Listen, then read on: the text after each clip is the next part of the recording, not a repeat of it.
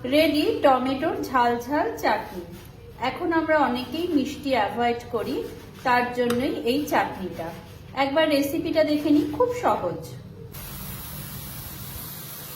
এই চাটুতে আমি 4টে টমেটো একটু পোড়া করতে বসিয়েছি।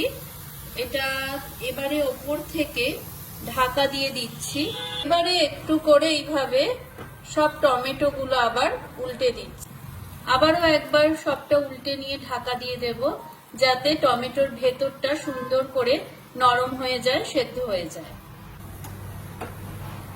পুরোপুরি এটা কিন্তু হয়ে গেছে। এখনই দেখুন স্কিনটা আলাদা হয়ে যাচ্ছে, কিন্তু এটা আমি একটু ঠান্ডা হতে দেব, তারপর এই খোসাটা ভালো করে ছাড়াবো।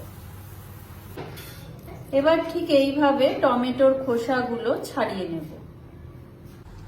এবার হাত দিয়ে খুব ভালো করে টমেটোগুলো চটকে নেব, অথবা মিক্সিতে পেস্ট করেও নেওয়া যেতে পারে।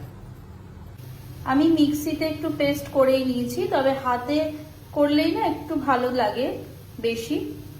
যাই হোক, এর মধ্যে একটু স্বাদ অনুযায়ী দিয়ে দিচ্ছি নুন, কাঁচা লঙ্কা কুচি আর লঙ্কা কুচি নিজস্ব স্বাদ অনুযায়ী, আর দিচ্ছি একটু ধনেপাতা কুচি। এবার খুব ভালো করে একবার মিশিয়ে নেব।